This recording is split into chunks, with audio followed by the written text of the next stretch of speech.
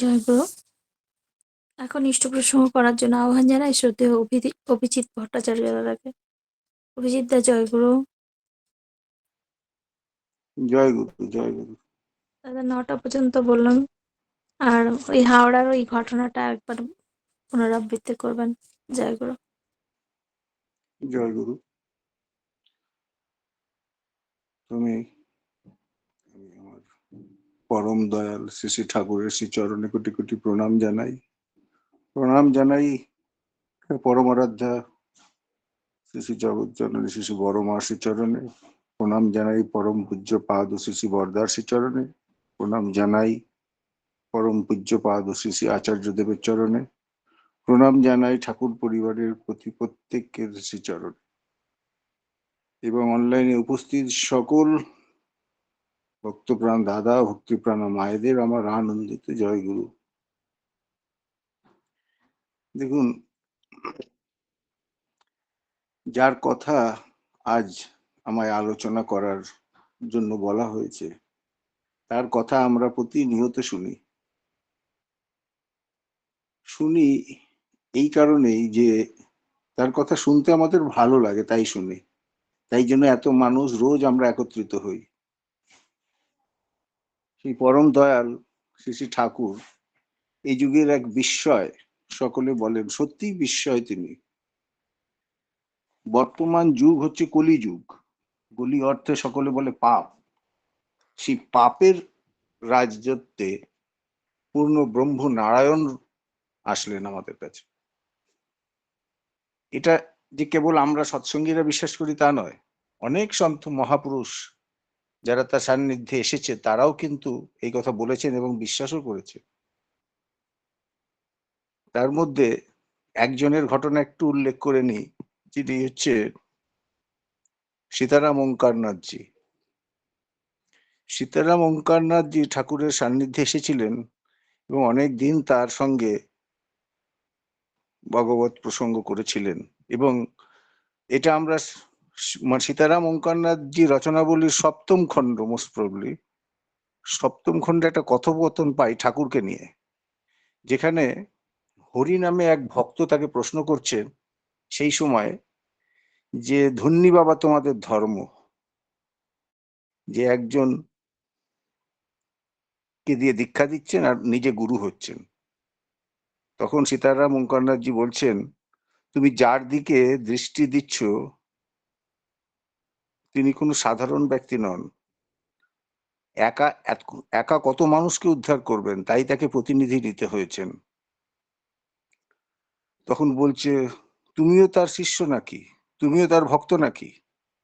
তখন সীতারাম ওঙ্কারনাথজি বলছিলেন যে রাম রাম সীতারাম, মকার বাবা ছাড়া আর কেউ নেই। কারণ উনি মকার বাবার সাধনা করতেন। বলছে রাম রাম সীতারাম, মকার বাবা ছাড়া আর কেউ নেই, উনি তারই লীলা বিগ্রহ। এই কথাটা সীতারাম ওঙ্কারনাথজি রচনাবলীর 7ম খণ্ডে পাওয়া যায়। এটা কোনো সৎসঙ্গ দ্বারা প্রচারিত নয়, তাদের মতাদর্শে, তাদের বইয়ে এই কথাটি ঠাকুর সম্বন্ধে তিনি বলছেন যে উনি তারই লীলা বিগ্রহ। তা খালি সেটা সৎসঙ্গই বলে না, বা আমরা বিশ্বাস করি যে ইনি পূর্ণ ব্রহ্ম নারায়ণ, কারণ তিনি এত সহজ সরল ভাবে সকলের সঙ্গে মিশেছেন, তাকে চেনা খুবই মুশকিল। তিনি এসে তার সন্তানদের রক্ষা করতে বিভিন্ন বিষয়ে বিভিন্ন রকম বাঁচা বাড়া তুক দিলেন। এবারে তিনি আর কোনো কিছু বাদ দিলেন না। সমাজ কিভাবে চলবে, সমাজনীতি, রাষ্ট্র কিভাবে চলবে, রাষ্ট্রনীতি, অর্থনীতি কিরম হবে দেশের, ধর্ম, কৃষি, শিল্প, বাণিজ্য, শিক্ষা, বিজ্ঞান, কোনো বিষয়ের বাদ দেননি। বিবাহ, সুপ্রজনন, সব বিষয়ে মানুষের সকল প্রশ্নের সমাধান দিয়ে গেলেন। ঠাকুর বললেন, এবারে হাটে হাড়ি ভেঙে দিয়ে গেলাম। তিনি আমাদের জন্য এত কথা বললেন কেন, প্রশ্ন আছে। তিনি লীলা সংবরণ করার আগের দিন পর্যন্ত বলে গেছেন। তাকে একবার জিজ্ঞেসও করা হয়েছিল, আপনি এত কিছু বললেন কেন? তার উত্তরে তিনি একটা খুব সুন্দর কথা বলেছিলেন, যে আমার অলসতার জন্য কোনো কথা বলা যদি বাকি থেকে যায়, তার জন্য যেন এই ধরাবাসীর কোনো অসুবিধা না হয়। আমার অলসতার জন্য কোনো কথা বলা যদি বাকি থেকে যায়, তার জন্য যেন এই ধরাবাসীর কোনো অসুবিধা না হয়, কোনো বিষয়ে যেন তাদের জ্ঞানের অভাব না হয়। তাই ঠাকুরের এই নিরলস প্রচেষ্টা। এমনও ঘটনা আছে যেখানে ঠাকুর কাঁদতে কাঁদতে চোখ মুখ লাল হয়ে গেছে, প্যারিদা সবাইকে সামনে থেকে সরিয়ে দিচ্ছেন ধমক দিয়ে, কিন্তু ঠাকুরের বলার বিরাম নেই, ঠাকুর তাও বলে চলেছেন, প্রশ্নের উত্তর দিয়ে চলেছেন। দীর্ঘ ৮১টা বছর এই জীবনটা একটা মহাকাব্য। দেখুন, শ্রী শ্রী ঠাকুরকে আমরা কে কি বুঝেছি বলতে পারবো না। আমার মনে হয় শ্রী শ্রী ঠাকুরকে কেউই আমরা সেরকম ভাবে বুঝতে পারিনি। তাকে যদি কেউ বুঝে থাকেন তো দুজনেই বুঝেছিলেন, একজন শ্রী শ্রী বরদা আর একজন জগৎজননী শ্রী শ্রী বড়মা। আর কতিপয় ভক্ত, যেমন অনন্ত মহারাজ, কিশোরী মোহন, আচার্য সতীশচন্দ্র গোস্বামী, কৃষ্ণপ্রসন্ন ভট্টাচার্য, পঞ্চানন্দা, শরৎদা, দুর্গানাথ সান্যালদা, এই ধরনের আরো কয়েকজন ভক্ত মাত্র অল্প একটু তাকে বুঝতে পেরেছিলেন, কারণ তিনি অবাং মনসা গোচর, তিনি নিজেই নিজের উদাহরণ। তাই বোধহয় তার একটা পূর্ণাঙ্গ জীবনী কেউ সেই রকম অর্থে লিখতে পারেনি। লেখার চেষ্টা করেছে, প্রয়াস করেছে, কিন্তু সেই রকম ভাবে কেউই সেরকম লিখতে পারেনি। ঠাকুরকে একবার বলা হয়েছিল, তখন ঠাকুর বলেছিলেন যে আমার জীবনী যদি কেউ লিখতে পারে তো বড় খোকাই পারে।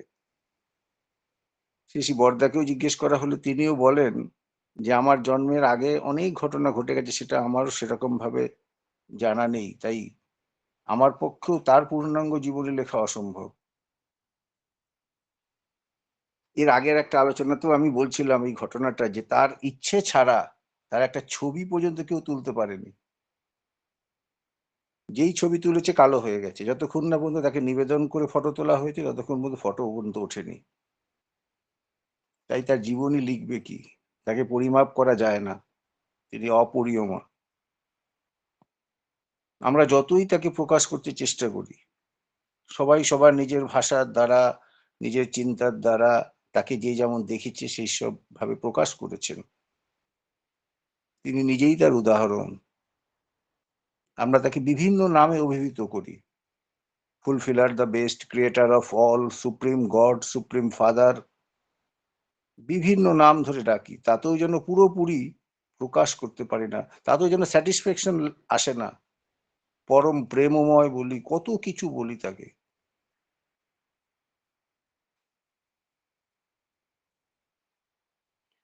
দেখুন, একটা ভক্তের অনুরোধে তিনি আমাদের যে জিনিসটা দিয়ে গেলেন, সত্যানুসরণ, সেটা যদি একটা মানুষ মনে করে সেটা তার মানুষের সারা জীবনের পাথেয়, এমন একটা বই আমাদেরকে উপহার দিয়ে গেলেন ঠাকুর।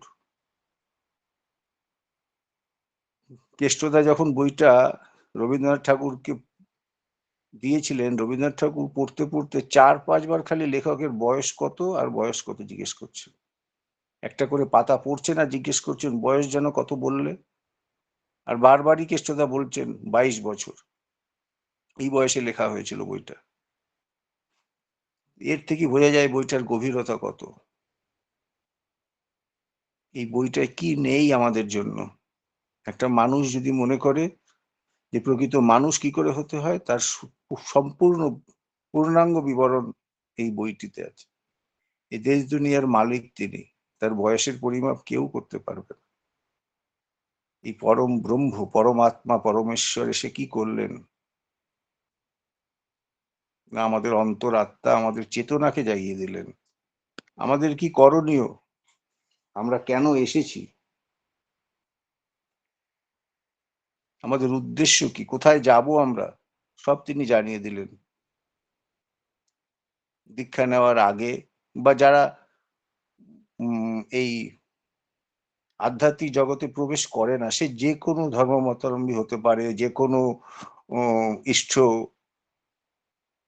মতে বিশ্বাসী হতে পারে, সবার কাছেই প্রাক আধ্যাত্মিক জগতের একটা চিন্তা সকল মানুষের একই মোটামুটি থাকে, যে ছোটবেলা থেকেই আমরা জানতাম ভালো করে পড়াশোনা করতে হবে, একটা চাকরি ব্যবসা যাই হোক একটা করতে হবে, তারপর বিয়ে থাওয়া, সন্তান সন্ততি, এরপরে ছেলে মেয়েদের মানুষ করতে হবে, তাদের চাকরি বিয়ে থাওয়ার ব্যবস্থা করতে হবে, একটা বাড়ি গাড়ি এসব বানাতে হবে, এই বোধহয় মনুষ্য জীবনের একমাত্র উদ্দেশ্য। এটাই আমরা সকলে এতদিন বিশ্বাস করেও এসেছি। শ্রী শ্রী ঠাকুর জানালেন, তুমি যাই করো আর তাই করো, মনুষ্য জীবনের উদ্দেশ্য একটাই, you are for the Lord, not for others. You are for the Lord and so for others. ঈশ্বর প্রাপ্তি মনুষ্য জীবনের একমাত্র উদ্দেশ্য, আর কোনো উদ্দেশ্য নেই। কোনো ঝগড়া ঝাঁটি কলহ দোষ দেখা এসব করতে আমরা আসিনি। আমরা শুধু ভালো করতে এসেছি, ঝোলা ভরে নেব ভালো ভালো কর্ম করে। বলে শুধু আমরা কেন, বলছে দেবতারা পর্যন্ত লালায়িত হয় এই মানব জন্মের জন্য। তাদেরও নেমে আসতে হয়, শুনেছি যখন ভালো কর্মফল শেষ হয়ে যায় এই মানব ভূমিতে, আবারও ভালো ভালো কর্মফল সংগ্রহের জন্য। তাই রোজ আমরা বলি, তোমার দয়ায় লোভেছি জনম, সকলই পেয়েছি আমি। রোজ এই মন্ত্র উচ্চারণ করি। তাই আমরা কারোর দোষ দেখবো না, দোষ দেখার ঝোঁক গজালো যেই, সেই দোষেতেই ধরবে তোরে, ঠাকুর বললেন। মন্দদর্শী যারা এক ঝলকে দেখে নেবে ভালোই মন্দ, তারা তারা ভালোর মধ্যেও মন্দ খুঁজে নেবে, তারা শুধু মন্দই করাবে। আমরা তাদের দলে নাম লেখাবো না। মানুষের চলার তুক উপায় বলে দিলেন পরম দয়াল ঠাকুর আমার। দেখুন, ঠাকুরের আলোচনার তো অনেক দিক, তত্ত্ব প্রসঙ্গ, লীলা প্রসঙ্গ, লীলার অন্ত নেই ঠাকুরের। ঠাকুরের জীবনে ঠাকুরের লীলা পায়নি, লীলার সঙ্গী হয়নি সৎসঙ্গে দীক্ষা নেওয়ার পরে, হয়তো সেই রকম অর্থে মানুষ ফিল করতে পারে না, কিন্তু প্রতিনিয়ত তার লীলা আমরা প্রত্যক্ষ পরোক্ষভাবে উপলব্ধি করি। কারণ আমরাই কিছুদিন আগে, ওই শর্মিষ্ঠা মা বলছিলেন একটা ঘটনা কথা, যেটা কিছুদিন আগে আমরা হাওড়া জেলা উৎসব এখানে করলাম। একটা ঘটনা আমাদেরকে স্মরণ করিয়ে দেয় যে ঠাকুরের লীলা, এই ঠাকুরকে অনেকে এর আগে প্রশ্নও করেছে যে ঠাকুর ইনি তো দীক্ষিত নন, কিন্তু এনার উন্নতি কেন এত? এ উন্নতি অর্থে যে অর্থে, কারণ উন্নতির কোনো প্রপার ডেফিনেশন এক একজনের কাছে এক এক রকম। তাই জাগতিক অর্থে অর্থ মান যশ এইগুলি যার কাছে ভরপুর, আমরা তাকেই বলি উন্নতি চরম শিখরে পৌঁছেছে, এগুলোই যার কাছে আছে। তাই এইরকম ব্যক্তিদের দেখিয়ে ঠাকুর বলতেন এরা তো দীক্ষিত নয়, তাহলে পরে এদের কাছে এইগুলো কেন? ঠাকুর বলতেন, দেখ এরা আমার ব্যবসার পঞ্চনীতি দেখবি কিছু না কিছু ফলো করে, হয়তো প্রত্যক্ষভাবে না হলেও পরোক্ষভাবে করে। স্বস্ত্যয়নীর নীতি দেখবি এদের মধ্যে, তারা স্বস্ত্যয়নী বলে নীতি পালন করে না, কিন্তু স্বস্ত্যয়নীর যে নীতিগুলো আমার বলা আছে সেইগুলো ম্যাক্সিমাম গুলো তারা তাদের জীবনে পালন করেছে, নাহলে হতেই পারে না, ঠাকুর বলছে। তা সেই রকম একটা ঘটনার প্রকাশ আমাদের কাছে ঘটলো, যে আমরা যে উৎসব করতে চলেছিলাম পরম পূজ্যপাদ শ্রী শ্রী আচার্য দেবের আশীর্বাদে এবং পূজ্যপাদ শ্রী শ্রী অবিন দাদার অনুপ্রেরণায়, সেই উৎসব করার আগে আমরা আমাদের যে যে উৎসব স্থলে প্যান্ডেল হবে সেই প্যান্ডেলের জন্য অনেক কোটেশন সংগ্রহ করা হয়েছিল। সেই কোটেশন গুলো অনেক কস্টলি ছিল, যা বাজেট তার তুলনায় অনেক কস্টলি ছিল। কেউ ৮০ লাখ, কেউ ৯০ লাখ, কেউ ৬০ লাখ, ৫৫ লাখ, এরকম করে এক একটা কোটেশন পাওয়া গেছে। লেটেস্ট সবচেয়ে এগুলো যখন বারবার করে ওনাদেরকে জানানো হচ্ছিল অবিন দাদাকে, অবিন দাদা বলে খুঁজতে থাকতে থাকতে হাওড়ার একটা প্রবীণ ডেকোরেটরের সন্ধান পাওয়া যায়। সে ৩৪-৩৫ লাখ টাকার একটা কোটেশন দেয়। এইবার কোটেশন তো সে দিয়ে দিয়েছে, দেখুন ঠাকুরের কৃপা কার উপর কিরম ভাবে বর্ষিত হয়। হয়তো আমরা অনেক, এই জন্য বললেন না ঠাকুর যে কোটি জন্ম করে যদি কেহ নাম সংকীর্তন, তথাপি না পায় ব্রজেন্দ্র নন্দন, ইষ্টপদে টান না হলে জপ করিস বাকি। তা আমরা অনেকে সৎসঙ্গের সঙ্গে যুক্ত অনেক দিন, কিন্তু কৃপা অনেকেও হয়তো পেয়ে উঠেনি, কিন্তু একজন সৎসঙ্গী না হয়েও সে ঠাকুরের কৃপা কি করে পায়?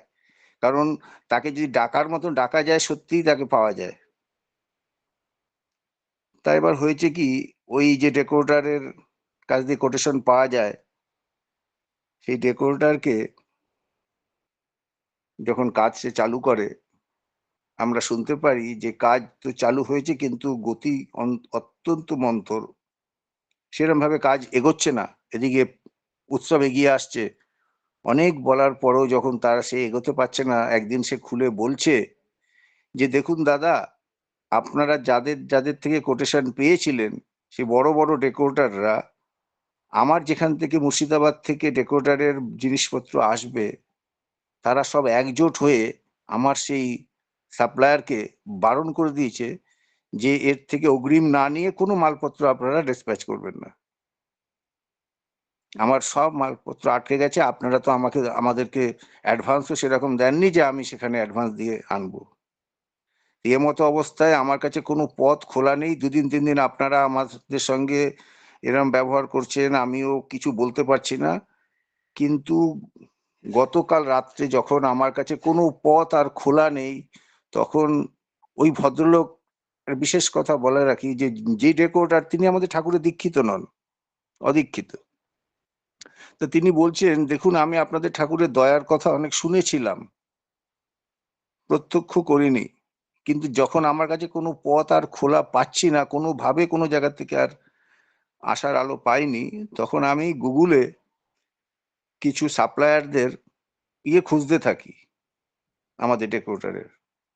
খুঁজতে খুঁজতে হঠাৎ করে মনে হলো যে একবার আপনাদের ঠাকুরের নামটা টাইপ করাতে ঠাকুরের কিছু ছবি সেখানে পেলাম। সেই অনেক রাতও হয়ে গেছে, ছবিটা বার করে আমি ঠাকুরের দিকে তাকিয়ে বললাম যে তোমার উৎসবের বরাত আমি পেয়েছি, কিন্তু আমার পক্ষে আর কোনো পথ খোলা নেই। এখন আমার যেখান থেকে মাল আসা সেখান থেকেও ওটা আটকে গেছে। তা এখন তুমি একমাত্র ভরসা বলে আমি আপনাদের ঠাকুরের কাছে প্রার্থনা করি, করে মোবাইলটা পাশে রেখে ঘুমিয়ে পড়ি রাত্রে। পরের দিন সকালবেলায় বলে, দেখুন, একটা অবিশ্বাস্য কথা যে পরের দিন সকালবেলায় আমার কাছে একটা অজ্ঞাত নাম্বার থেকে ফোন আসে এবং তারা আমাকে সম্পূর্ণ ডেকোরেটরের মালের সরবরাহ করতে রাজি হয়ে যায়। আমি জিজ্ঞেস করাতে সে বলে যে আপনি আমার নম্বর পেলেন কোত্থেকে? বলে, আমি নাম্বার পেয়েছি, আপনাকে যারা মাল সাপ্লাই করতে ডিনাই করেছে আমার কাছে সে খবরও আছে। যাই হোক, আপনার যা মাল লাগবে আমি সাপ্লাই দেব, আর আপনার টাকা পয়সা যখন হবে, যেরম যেরম হবে আপনি সেরম সেরম টাকা পয়সা পাঠাবেন।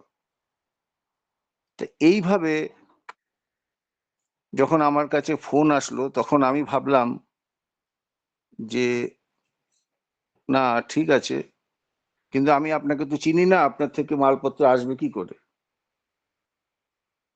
তো বলছে, না দেখুন, আমি আপনাকে তো কনফার্ম করছি, কথা দিচ্ছি, আপনার যা মালপত্র লাগবে আমি পাঠাবো, আপনি যেরম যেরম টাকা হবে আমাকে পাঠাতে থাকবেন। তা আমি ভেবেছি বোধহয় জাস্ট একটা কথার কথা হচ্ছে, কিন্তু বিশ্বাস করুন, আমার কাছে তারপরে তার আবারও ফোন আসে এবং আমার থেকে অ্যাড্রেস ট্যাড্রেস নিয়ে তারা এই মালপত্র সব পাঠায়।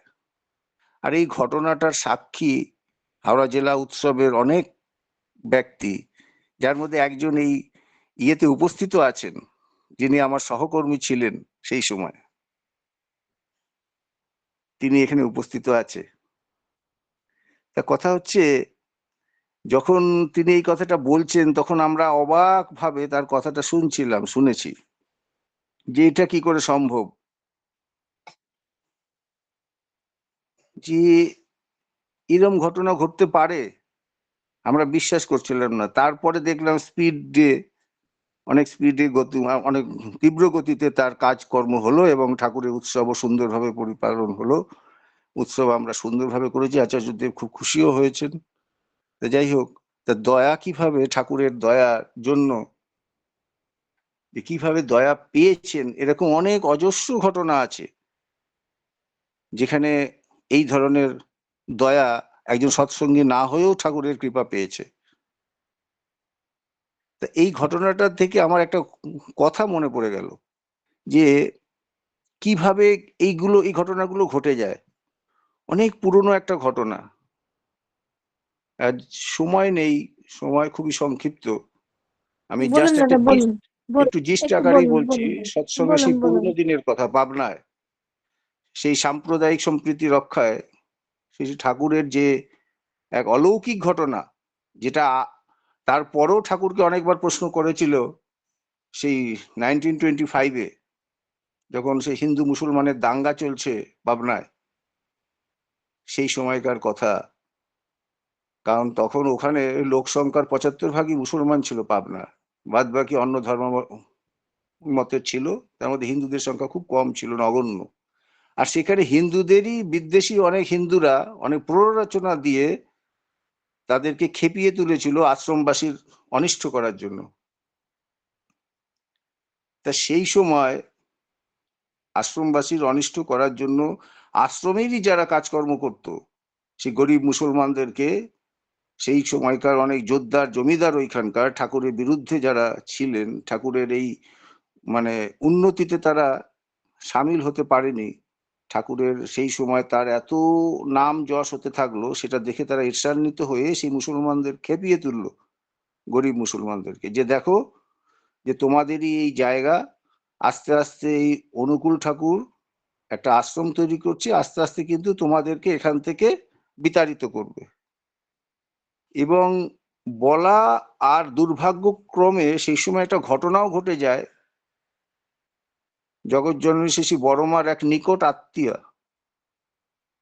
সে অন্তিম সময়ে তার 3 সন্তানকে বড়মার কাছে দিয়ে সে পরলোক গমন করে। এই পরিস্থিতির মধ্যে সেইখানকার একজন, সেই 3টে সন্তানদের মধ্যে একজন মারাও যায় খুব অল্প বয়সে।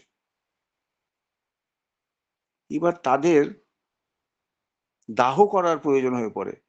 সেই দাহ করার জন্য নফরদা কি করলো, সেটা নিয়ে শবদেহ নিয়ে চলে গেল শ্মশানে। নফরদা শবদেহ কাঠ ফাট এইসব প্রভৃতি নিয়ে সেখানে যেই গেল, ওই শ্মশানটা ছিল আশ্রমের একটু দূরে পূব দিকে, বাঁধের উপর থেকে দেখা যায় সেটা। এবার সব দাহের জন্য সব উদ্যোগ চলছে। সেই সময় মানে কিছু একদম পরিচিত ওই গ্রামেরই মুসলমান যুবক এসে দাহ কার্য নিষেধ করে বলল যে এই স্থানটি শ্মশান নয়, তাদের কবরস্থান, সুতরাং এখানে দাহ কার্য চলবে না। সকলে যারা শবদাহ করতে গিয়েছিল তারা অবাক হয়ে গেলেন, এবং প্রতিবাদ করতেই তারা তখন ওই ক্ষিপ্ত হয়ে নফরদাকে প্রহার করলো। যারা নফরদার তত্ত্বাবধানে আশ্রমে কাজ করতো তারাই নফরদাকে মারধর শুরু করে দিল।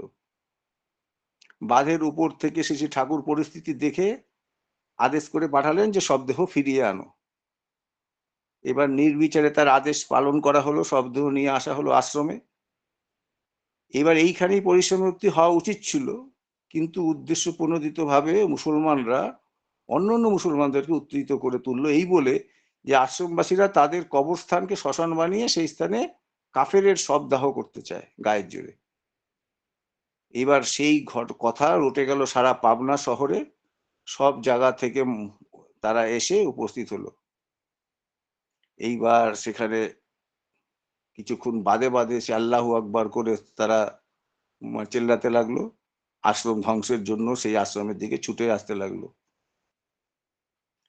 এইবার এতটাই তখন মানে বিভৎস পরিস্থিতি, আশ্রমের তখন মহা আতঙ্কের দিন, মৃত্যুর বিভীষিকা চলছে তখন সেখানে, আতঙ্কিত মায়েদের জন্য সকলের চিন্তা।